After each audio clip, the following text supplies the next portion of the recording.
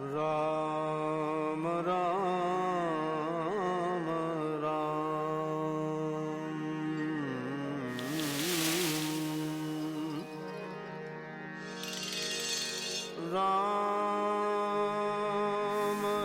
योग में मुद्राओं का एक बहुत ही अभिन्न स्थान है, या यूँ कहें कि मुद्रा के बिना योग संपन्न हो ही नहीं सकता। बहुत सारी विशेष मुद्राएं जो हम योग में अपने ध्यान में, आसनों में, प्राणायाम में, प्रत्याहार में और समाधि में उनका आश्रय लेकर योग को संपन्न करते हैं।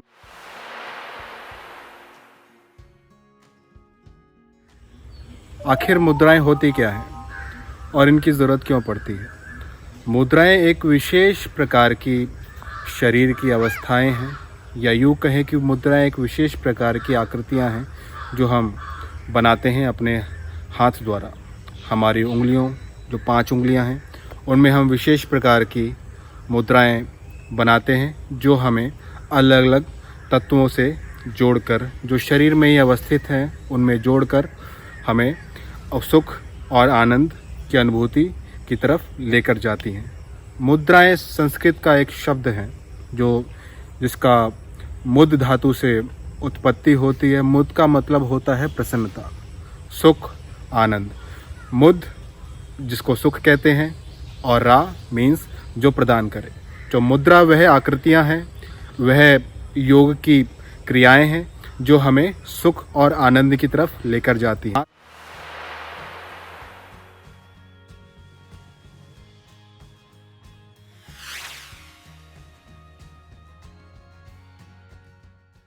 अब मुद्राएं जो हमारे उंगलियों द्वारा, हमारे हाथ द्वारा की जाती हैं, जिसमें हाथ की हथेली, 5 उंगलियां शामिल होती हैं, उसे किस प्रकार से किया जाता है। और इसमें जो हस्त मुद्राएं होती हैं उनको हम इस प्रकार से करते हैं, क्योंकि जब हम हाथ को किसी विशेष मुद्रा में, किसी विशेष आकृति में रखते हैं, तब जो नस नाड़ियाँ होती हैं हाथ की या किस अंगुली की, या उंगली के जो तत्व होते हैं जो उनको प्रभावित करते हैं, और जो पूरे शरीर में जो उनका संचार होता है वो किस तरीके से प्रभावित होती है, हम इस विज्ञान के बारे में चर्चा करते हैं। जैसे हमारी जो 5 उंगली हैं, 5 उंगली 5 तत्वों का प्रतीक है। हमारा जो हाथ है, जिसे अलग अलग अंग प्रत्यंगों का प्रतीक भी माना जाता है एक्यूप्रेशर में, जिसे इस अंगूठे को हम स्पाइनल कॉर्ड की तरह मानते हैं, और यहाँ पर लंग्स की अवस्था मानते हैं, और यहाँ पर कहते हैं कि एक्यूप्रेशर करने से लंग्स बहुत ही ठीक होते हैं, उन पर बहुत सकारात्मक रूप से प्रभाव पड़ता है। लेकिन एक्यूप्रेशर से अलग आज हम 5 तत्व की चर्चा कर रहे हैं मुद्राओं द्वारा। तो ये 5 उंगलियां 5 तत्वों का प्रतीक हैं, जिसमें जो अंगुष्ठ है, जो अंगूठा है, जो थंब है, वो प्रतीक है फायर का। जो फायर एलिमेंट है, जो अग्नि तत्व है, ये उसका प्रतीक है। और उसी तरह से जो हमारी रिंग फिंगर है, जिसे तर्जनी कहते हैं संस्कृत में, ये जो तर्जनी है, ये प्रतीक है वायु तत्व का। तो कोई भी मुद्रा हम जैसे ज्ञान मुद्रा करते हैं तो हमारा अग्नि तत्व और हमारा वायु तत्व सक्रिय होता है। तो इस तरीके से इसमें भी पूरा पीछे विज्ञान है। और जब हम मिडिल फिंगर यानी मध्यमा के बारे में कहते हैं, तो मध्यमा प्रतीक है स्पेस का। जो आकाश तत्व है, ये मध्य में स्थित है, तो आकाश तत्व है। तो आकाश तत्व का प्रतीक जो स्पेस एलिमेंट है, 5 एलिमेंट्स में जो स्पेस एलिमेंट है, उसका प्रतीक है।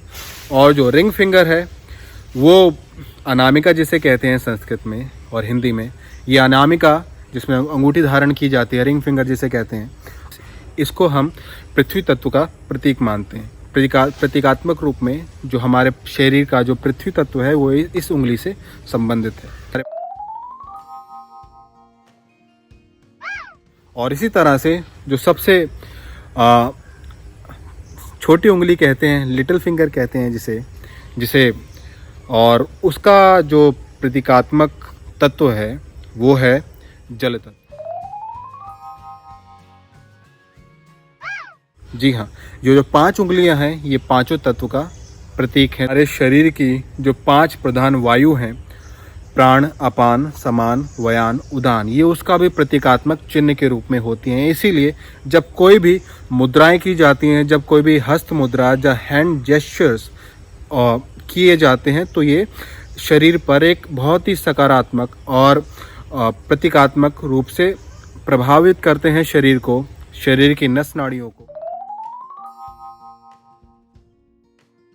हमारा शरीर, प्रत्येक जीव का शरीर, प्रत्येक मनुष्य का शरीर अलग अलग वात पित्त कफ से प्रभावित होता है। किसी का वात ज़्यादा होता है, किसी का पित्त ज़्यादा होता है, किसी का कफ ज़्यादा होता है। इसीलिए हमें अपने प्रकृति के अनुसार, किसी में वात पित्त दोनों मिश्रित रहते हैं, ये अलग अलग प्रकृतियों के आधार हैं। इसलिए हमें प्रत्येक अपनी प्रकृति का ध्यान देते हुए अपनी मुद्राओं का चयन करना चाहिए, प्राणायाम के लिए, ध्यान के लिए, आसन के लिए। इसीलिए इन 5 उंगलियों में हमारे 5 तत्व हैं, इन 5 उंगलियों में हमारे 5 प्राणवायु हैं। इसीलिए जब भी आप मुद्रा करें तो इसको निश्चित रूप से ध्यान में रखें कि आपकी प्रकृति किस प्रकार की है, उस प्रकृति को हम किस प्रकार से संतुलित कर सकते हैं।